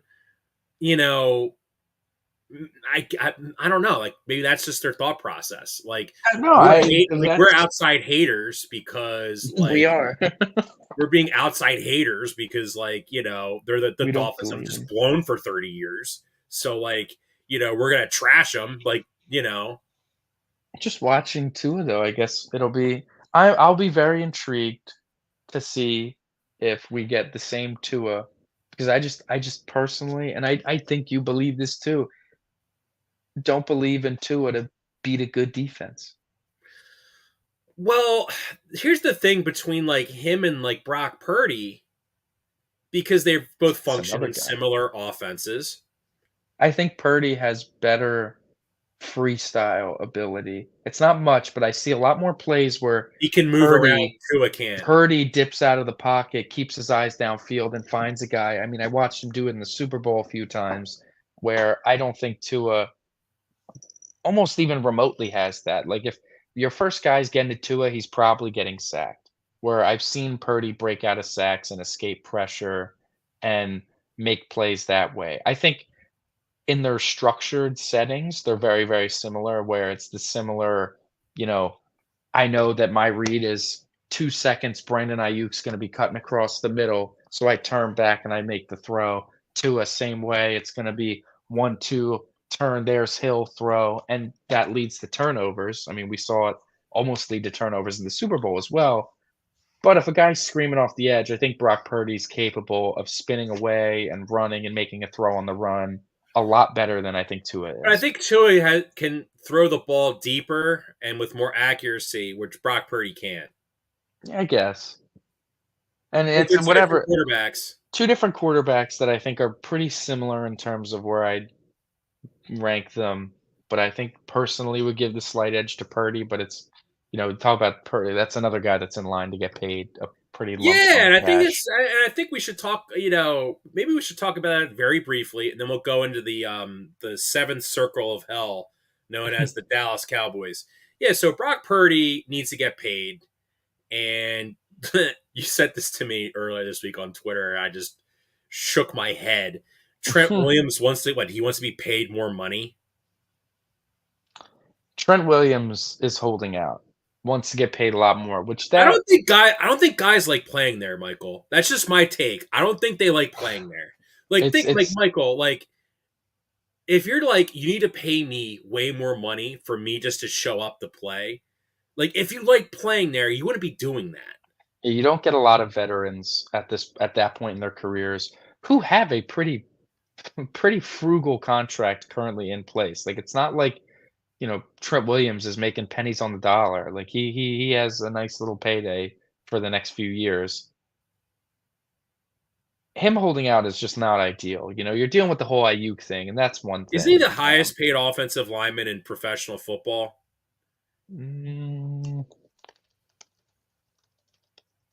He's also 36 years old. Highest paid offensive lineman for the 2024. This is ranked by annual average value. Jason Peters was younger on the 2017 Eagles than Trent Williams is right now on the Niners. Penei Sewell is in line to get the most at $28 million. Laramie Tunsil, $25 million. Andrew Thomas, $23.5 million. Trent Williams, $23 million. Jordan Mailata, $22 million. Landon Dickerson, $21 million.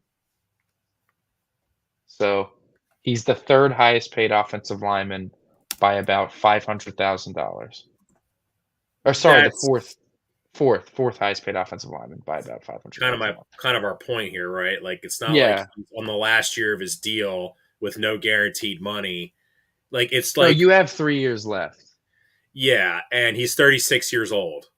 Yeah, that's a head scratch. And he's also and realistically, he's also one of the dirtiest players in pro football. He ended Leighton Vander Esch's career. He's about one of those Leighton Vander Esch plays from getting a serious suspension. Yeah, no, for sure. And like you said, it seems like there's something under the surface there in San Francisco that is not super desirable. You know what I think it is? Because it's with Purdy. This is kind of why my wheels were churning in my head. I think a lot of players on that team resent Purdy because he gets a lot of the credit that some of those guys should be receiving. Yeah. It might be. It's I'm sure, if we were Niner fans, we might have a better idea, but I don't know. It's not ideal for them. Nah, the Niners fans are complete fools. They just, they're complete idiots. That's true. Going to another dumpster fire, the Dallas Cowboys. So Jerry Jones had his little presser for training camp, and he spelled it out as clear as day. Don't need a translator for what he was saying out there. He said, "I'm all in."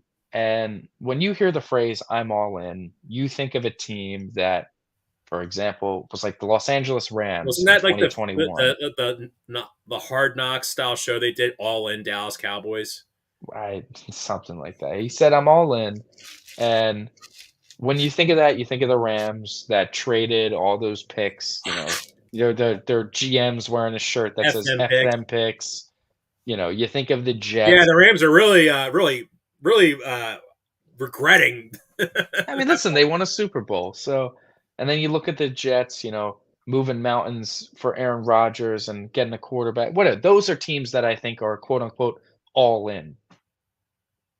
Jerry Jones's version of all in was I've he's basically saying I've built a roster that should be good enough to compete, and these guys are under contract. They just need to show up. They need to be here. Come on, guys, let's get the training camp because you're here. We're Cowboys. We love it and we want to win, and we need you guys to be here. Jerry Jones is like, I'm ready to win. I built the roster. I'm ready to go. The players, they need to be all in with me and come all in and let's have a kumbaya and get in there. That was the first thing that I think made everyone be like, "Wow," scratch their heads. And then the thing that I think really pushed people over the edge was this whole option quarterback analogy where he's like, "I played option quarterback my whole life." Threw in a comparing himself to Mahomes for a second. He said, "I'm still kinda doing it." He's like, "When you run the option, you can hold that ball until you get to the sideline before you decide to make the pitch or keep it and run." And he's basically saying that is the strategy we are taking for our contract situations. We are going to hold on for as long as we can and see how all these players get paid and how all these quarterbacks get paid before making a decision with Dak, seeing how all these receivers get paid before we make a decision with Lamb. And I guess maybe that same falls for Micah Parsons. And I think that's a bit lunatic. That's lunacy. That's just not smart. You look at the Eagles who are paying Jalen Hurts, and again, I know the Eagles, they do what they do, kicking money down the line so it doesn't, whatever, but they're paying a quarterback that's AAV is in the 50 millions. They're paying AJ Brown, whose AAV is like 32 million, paying Devonta Smith, whose AAV is 25 million, and they are paying running back whose AAV is like 12.5 million, and three offensive linemen whose AAV is over 20 million apiece.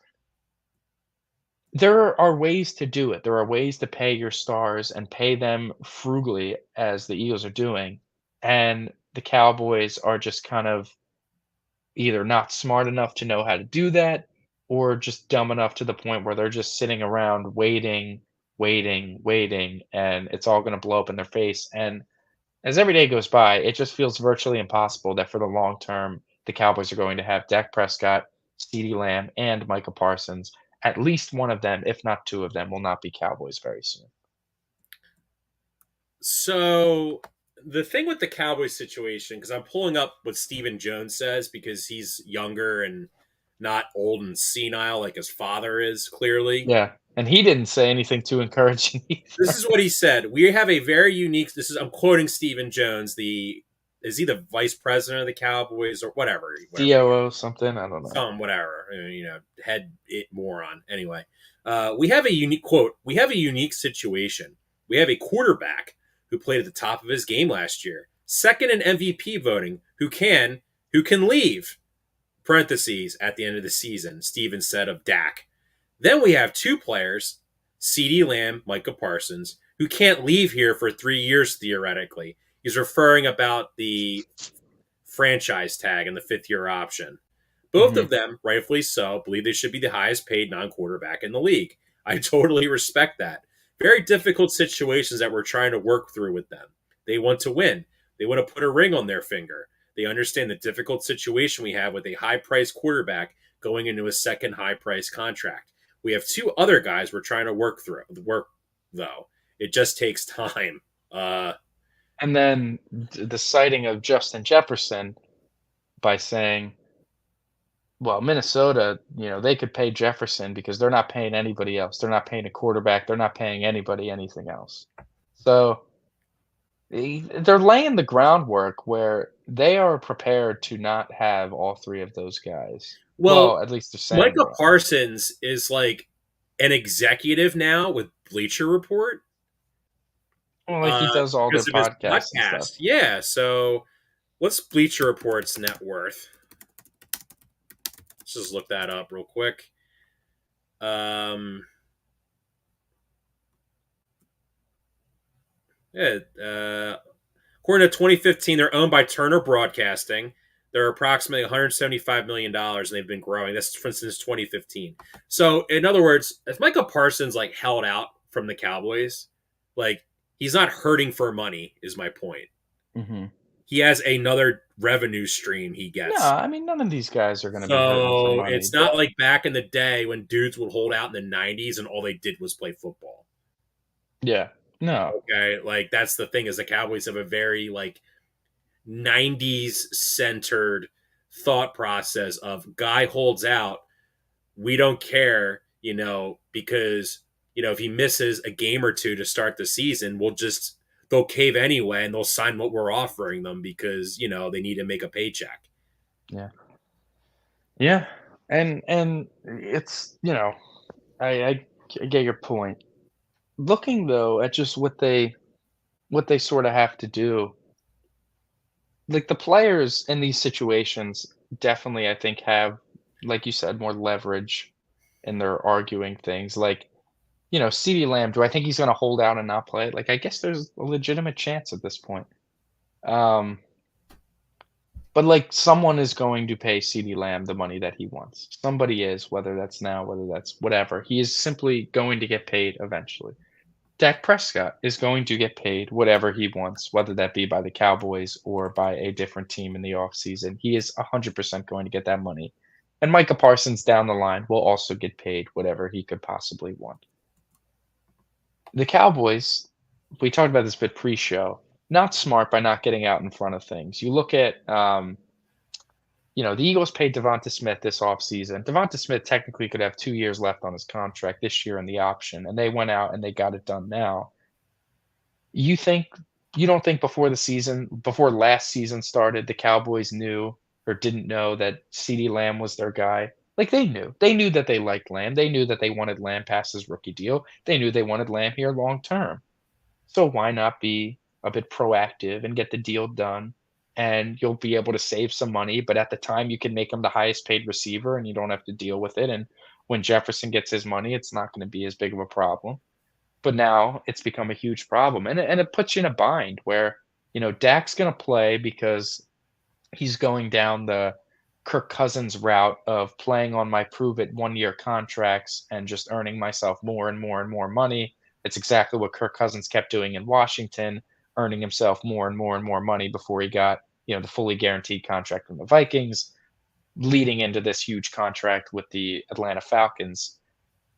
Dak Prescott keeps playing well, keeps having very, very good seasons. He's going to get paid very, very fruitfully, and he's ready to go play for another team. Like I have something interesting I just want to bring up. If the Cowboys do not re-sign Dak Prescott this offseason, Dak Prescott has a $40 million void year next year on his contract. So he would still count against their salary cap next year for $40 million if they do not re-sign him. What if they traded him? That would remove the void year. But it's a void year. Too late to trade him at this point. Right. Like Nick Foles counted against the Eagles salary cap because they put those void years in to like push the money out long term. It's what the Eagles are doing. It's what the Eagles do with everybody, truthfully. They have the void years on essentially everybody that matters on the team. So, but here's the thing is that the Cowboys have essentially handed Dak Prescott all the leverage because... Oh, absolutely. Because why would you want to have a $40 million cap charge on your salary cap if you don't plan on keeping him? Like, and then think about this too, Michael. Let's say the Cowboys win 10, 11 games next year, right? And then they go in, they let Dak go, and they like... I don't know. They have the bus, Trey Lance. They draft a quarterback. They you're gonna Justin Fields. Quinn Ewers could be a top 5 pick in the draft. Now you have to mortgage your draft picks to move up. If you want one of those quarterbacks, yeah, that's the point. They're in such a bind where you almost have to pay Dak because it's hard to get a quarterback. We talked about this pre-show too. You got 3 positions here. You got a quarterback, you got a wide receiver, and you got a pass rusher. You got an edge player. You're ranking as of importance, it's the quarterbacks 1, the edge players 2, and the wide receivers 3, and it isn't particularly close. And then you just also you rank the talent level of it. There's a lot more elite receivers in football than there are elite pass rushers, than there are elite quarterbacks. The decision's, like, there to be made. It's pretty obvious and spelled out for you what you have to do. You just unfortunately waited too long with CeeDee Lamb that decision got made for you, and I think they would be better off trying to trade CeeDee Lamb and acquiring as much draft capital as they can because odds are they can find another elite receiver in the draft Yeah, or but a wouldn't it be disgruntled hilarious receiver. if they trade CeeDee Lamb because they let Dak go and they need draft capital to move up for a quarterback? That's like a legitimate, like a 1,000% a legitimate thing. If Dak Prescott plays, has a good regular season, a not so great playoff game, and the Cowboys are truly like done with it, like we're done with the Dak experiment at this point, like we're going somewhere else. Now you got the $40 million void year. He goes and walks to say like Vegas or Pittsburgh or whatever, and now you're looking at okay, we can either pay CeeDee Lamb $35 million a year and then get ready to pay Parsons also like $35 million a year. And now we need to find a quarterback, but we're picking like 24th in the draft, and the best quarterbacks are all going to be gone by 6. We got to move up. It's a truly awful situation to be in, and if we were Cowboy fans, would be dreading every second of it. But they put themselves in such a bind where if you don't sign Dak, and, like, you try to keep both Lamb and Parsons, I think that also hamstrings your ability to find a franchise quarterback, and we know how hard it is to find a franchise quarterback. They don't just grow on trees the way kind of elite receivers do. There's about, like, 15 wide receivers that I think are really, really good in this league, and I don't think there's 15 quarterbacks that are really, really good in this league. It's a lot harder. So, if I'm the Cowboys, I'd be shopping CeeDee Lamb and you know, getting that Dak contract done as soon as possible. But whatever that contract's going to look like, it's going to start with a 6 in that AAV because of what And we've that's seen that too. Tua sign for, Jordan Love sign Here's the for. thing with Dak, and this is the point I want to bring up. This is before we move on to the Phillies and wrap up the show. Yeah. There is like a Grand Canyon like divide between making the NFC Championship game a couple years in a row and losing and not even getting there. And the point that I make with that is that if Dak made the NFC title game a couple years in a row, played well, and the Cowboys lost, then he is the highest paid quarterback in the NFL within the last year at some point. Because it's at that point you're thinking we just need to get more pieces to get us over the hump. For sure.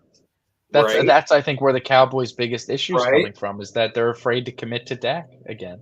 Because they're afraid to commit to Dak and then make those moves that put them over the hump, where then it's like, okay, like it's like, does Dak have it or not? And when you look at history, Dak in the playoffs, I mean, wasn't the smoke job they got last year Dak's best playoff game statistically since his rookie year?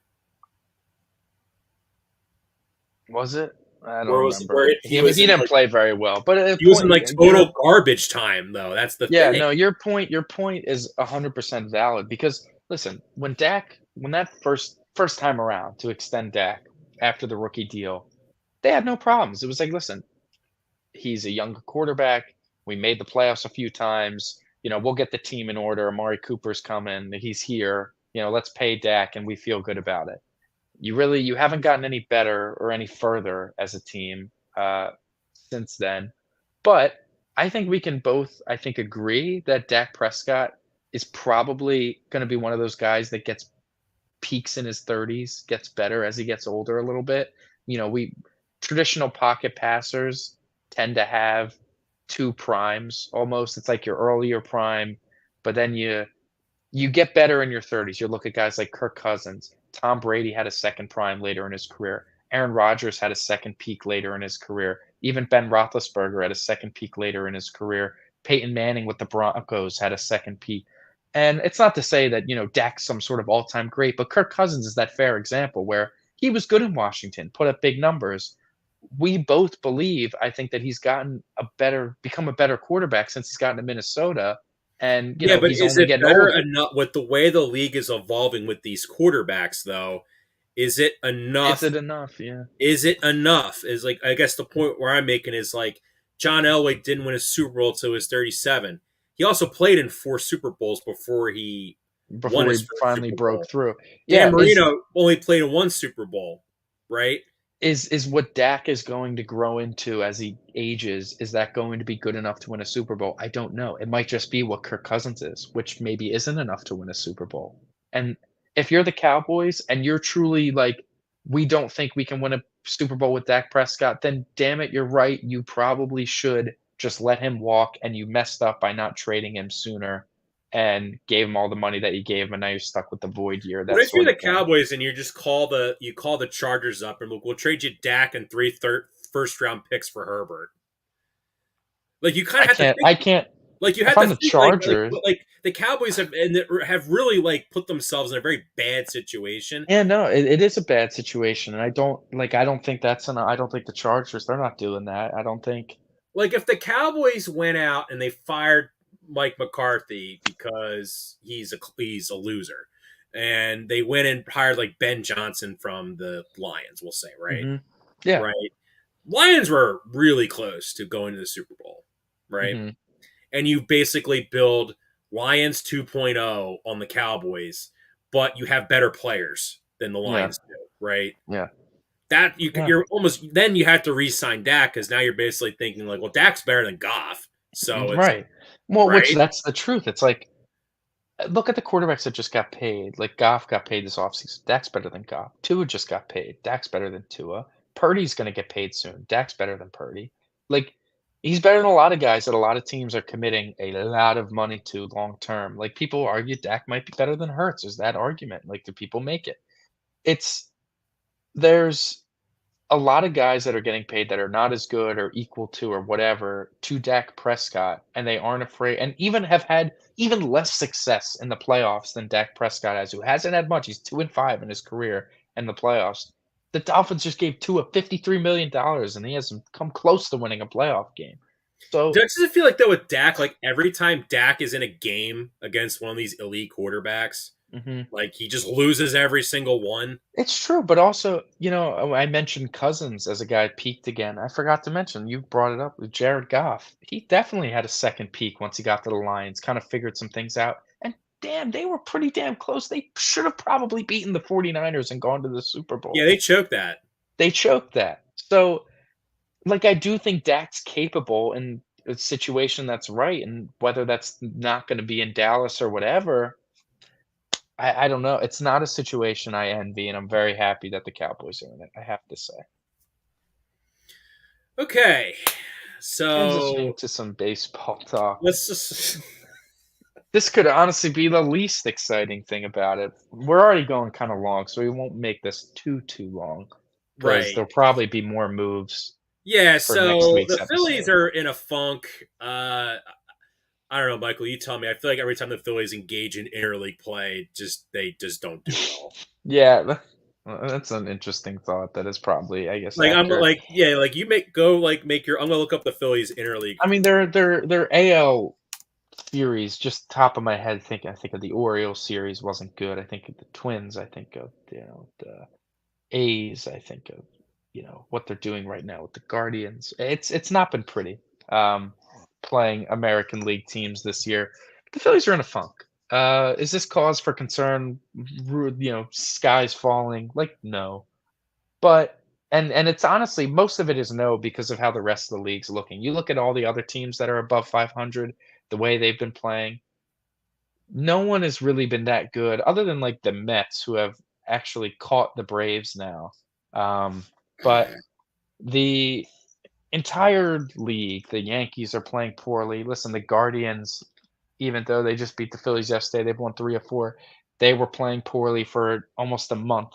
before. The Orioles have been playing rather poorly for the better part of a month. The Dodgers have been about average for a while now, and the Phillies have been about average for a little bit now. So all these teams are struggling, so you're not really slipping too far, knock on wood. But yeah, it's been frustrating. You dealt with your injuries, everyone's finally healthy. You're, you know, the bullpen hasn't been perfect like it kind of was early in the season. The offense, no one's really hitting since the All-Star break except like Nick Castellanos and I guess Alec Boehm, but you know, your top 3 has been abysmal since the All-Star break. Bryson Stott maybe is now working out of a funk after yesterday's game, but Well, you're just yesterday's not game getting was an anybody's. absolute embarrassment. Yeah, and Brandon Marsh has been a pretty poor baseball player for about a month now. He's like on he's on like an 0 for 20 or something right now, and he made you like a game losing error against the Twins on Wednesday. It's just it's not fun baseball to watch right now. It's very, very frustrating. There's still, ridiculous 30 games over, whatever, or 20, whatever they are, 25 games over. But it's certainly frustrating, and maybe it's better to be playing like this now than later. But it's they're in a funk, and it's not enjoyable to watch at this point. But it is what it is. It is baseball. It is what happens. You can tell that guys like you can tell that the top 3 is off. Turner's trying to like swing for home runs. It looks like he needs to level out his swing a little bit more the way he's been doing, and the home runs will come. You can tell when Bryce Harper's off offensively, when he's beating first pitches over the plate into the ground for ground outs and not driving them. And then when he's like trying to adjust, he over adjusts and just pops the ball straight up. So it's a frustrating time, but I don't think it's anything to be too cautious, to be too worried about. But it's not fun. Yeah, so the Yeah, I mean, I kind of you all. I mean, the Phillies were going to win 115 games. Like, I'm not trying No, to exactly. crap on the roster. It's just that's just the way it is. But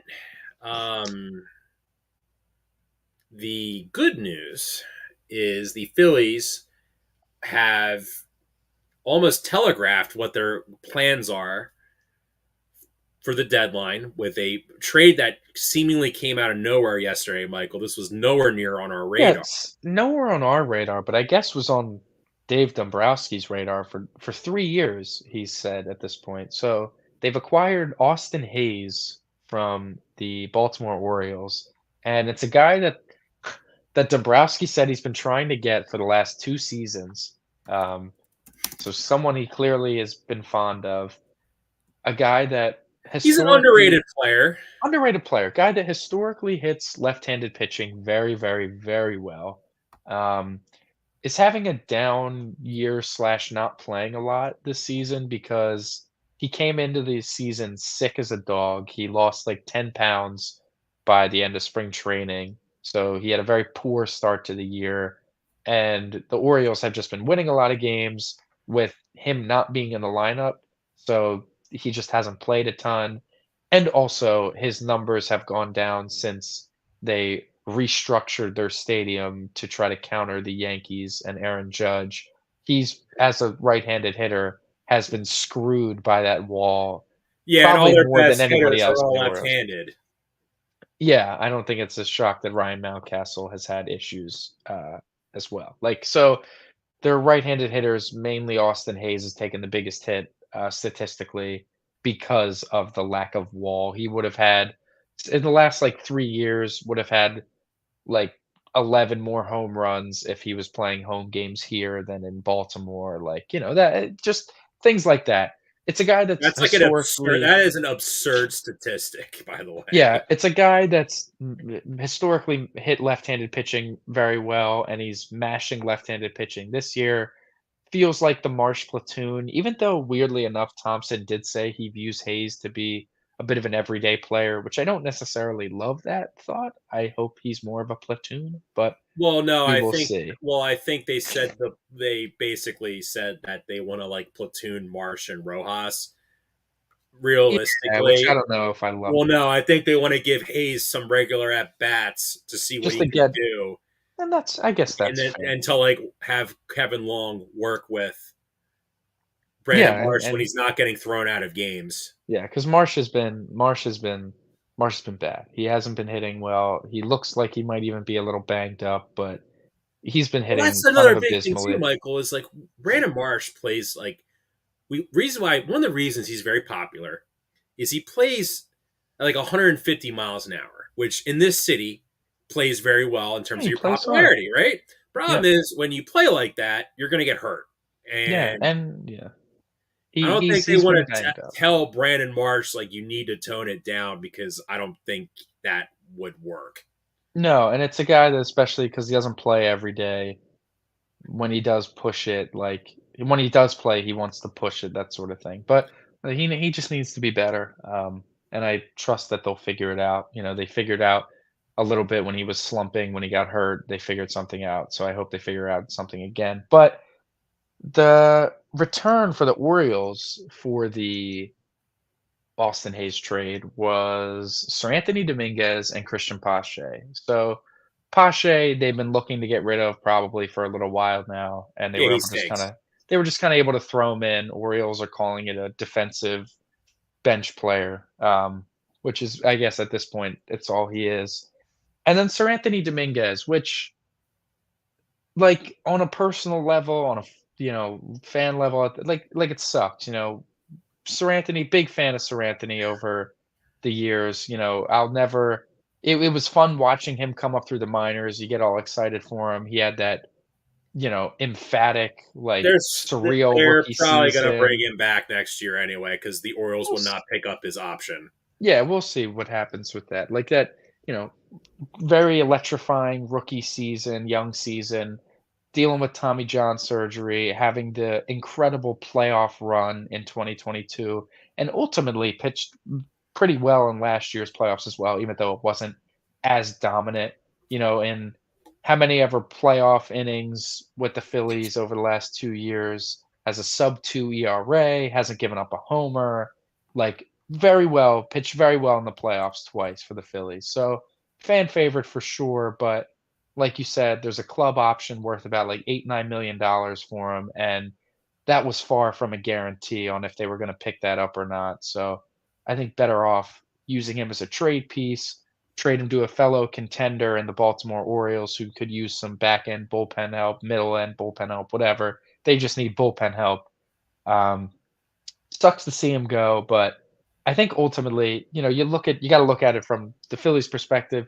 He was their sixth most trusted reliever at this point. You had Matt Strahm, Jeff Hoffman, Orion Kerkering, Jose Alvarado, and at this point, Gregory Soto has become more of a trusted reliever than Seranthony Dominguez. So I mean, trading away your sixth best reliever for a guy that's going to play a decent bit on the offensive side of the baseball, you can't complain a ton about it. And maybe they will bring him back. He said literally, one of his wishes is that he hopes the Phillies get back to the World Series. So he clearly loves it here. He did really love it here. He loves the fans. He might be back. I would take him back on a cheap contract. We'll see. Yeah, I think it's really bad, though, for Seranthony when they just call up Tyler Phillips, and then Tyler Phillips is doing a better job hitting the strike zone than Seranthony. I'm not saying he's better than Seranthony. No, but Seranthony was struggling. There's no shyness about it. I think this is a good trade for both teams because the Orioles desperately needed another reliever, and they weren't using Austin Hazelton playing they didn't. Yeah, because they have Heston Kjerstad, Colton Cowser, Ryan Mountcastle could play the outfield, Anthony Santander, Ryan O'Hearn, Cedric Mullins. They had Cedric Mullins. They were just they had a surplus, but I think the Orioles immediately made another trade afterwards, acquiring former popular Philly. I thought it was pretty popular when he was here. Zach Eflin. Yeah, nice move there too. I like those moves. They needed to bolster up both the bullpen and pitching staff, and they did immediately. And I'm sure they're not done either. But yeah, so the Phillies sending out Seranthony, they were already, even if they were going to keep Seranthony, were expected to add a bullpen arm So now they'll probably add 2 bullpen arms. That seems to be the hope. They've been all over Tanner Scott from Miami, and I think Do that you that should think be they would priority trade him one. to the Phillies because their assistant GM is Gabe Kapler and have pettiness? He might not do that. I think they would trade him to the Phillies. I don't think the Marlins So Tanner view it. Scott's a rental, and historically, Michael, especially now in Major League Baseball, in the past, rentals you would get a good return for a rental. But I think now, because everyone's obsessed with getting players with With team control, yeah. control or a contract after a year, you Yeah. just don't get much for him, which is why the Marlins have not moved Tanner Scott yet, right? Yeah.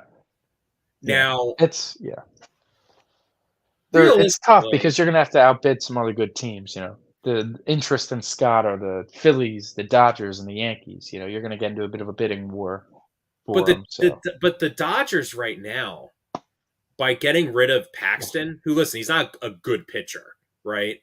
no, but it just opens up But he also was one of their only healthy pitchers on the roster. And now you're reading about Garrett Crochet basically holding a new potential team hostage by saying, you need to pay me more money for me to pitch for you in the postseason. And I'm not going out of the bullpen. Like, it's interesting.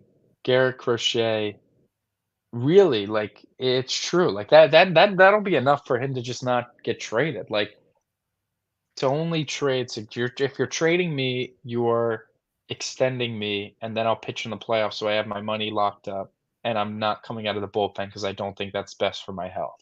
So, that might dissuade some people from going to get him, Do but you think, by the way, I don't think the Phillies might be done with outfield, by the way, because did you see what the Mariners gave up for Randy Arozarena? I know those are like fast rising prospects, but yes, those guys are. they traded their 13th and 27th best prospects for a player who is a demon in the postseason, and he's one of the hottest hitters in baseball right now, in Randy Arozarena. Now, is Luis Robert more desirable? Sure. You have control. But are they gonna like? Here's my thing. One, the Phillies have kind of stated that like they're liking what the outfield is now with Hayes. That they probably aren't going to go get another guy, and if they do, I feel like it would be maybe more depth than anything. But I think, without saying it, because I don't think you can say it right now, because it wouldn't sound great as a team trying to win the World Series this season. It's that I think they might not go get someone like Luis Robert or Jazz Chisholm, guys that have control, because I think they want to throw like $500 million at Juan Soto. I mean, I'm not opposed to that. Like, I think they might be like, listen, we're not going to get Robert, and I know that might hurt our chances, a little bit this year because he's a good player. But this offseason, we're going to get Bryce, we're going to get Trey in the room, and we're gonna say Juan, here's 500. And listen, we're not gonna get into a full. Yeah, Juan Soto's comment about the Yankees kind of told me he's not gonna resign there. Yeah, we're not gonna get into a whole Soto conversation yet. No, of course not. July, but I think that's a reason. But like Carlos Estevez, like there's so many relievers available, Michael.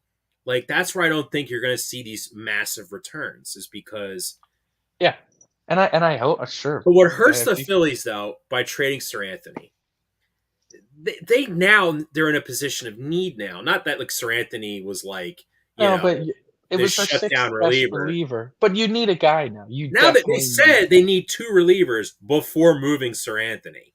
Yeah, so they're gonna definitely need 2 guys. I think they're gonna be really all in on trying to get Tanner Scott for sure, and then whether it's Carlos Estevez, they've been linked to Chad Green. Chad Green. Who, interestingly enough, the thing with Chad Green is he'll like take the Sir Anthony / Brogdon role, Sir Anthony role of this year, Brogdon role of 2022, where it's like he's not going to be pitching in the highest leverage situations, and I think you can get away with that. Like if you look at his postseason numbers, they're mostly good, and weirdly enough, that the series that he does not have good numbers are the ones the Yankees usually get eliminated in. Obviously, he's in Toronto now, but that's just kind of how it goes. And my thing with Chad Green, when they lose in the playoffs, is when he pitches like ass. Like that's not very promising, Michael. When he pitches well, they win. When the Phillies, if we were executives in the Phillies right now with Dave Dombrowski, the way you're pitching this is not very good. My thought is that he's not going to be trusted for like the 8th, 9th, 7th, 8th, 9th inning. Like it's not like we're putting in Chad Green instead of Orion Kerkering in a big spot. Like that's not what his role would be. His role would be okay. So basically, if his role would be we had to pull Sanchez after 4 innings because we didn't want him to face, the right-handed hitters for a third time, and he struggled a bit. So we need Chad Green, and he's a guy historically he's been able to pitch multiple innings in the playoffs as well. So it's like here's Chad Green to get us from we got 4 out of Sanchez. Let's get us to the 7th with Chad Green. I'll pitch the 5th and 6th, and like that is the sort of situation that he would be used in, and I think that he could succeed in, and I wouldn't be opposed to having one of those guys. And I think if you combine that with someone like Tanner Scott, who is going to be a guy of high leverage, that is going to pitch late in games for you, then I'm okay. You can't trade for Chad Green, making that your best bullpen acquisition. You're trading for Chad Green, and then you're going to get a guy that is as good as Tanner Scott or like Carlos Estevez, as good as he's been with the Angels. Kyle Finnegan, I've turned myself off from Kyle Finnegan because I did the dive. I looked at his baseball savant. I looked at his numbers. If there is a guy that seems due for regression, it is Kyle Finnegan. He's got an ERA of what, like 2.7, 2.8? His expected ERA is like 4.4. Like he gives up a lot of good closers.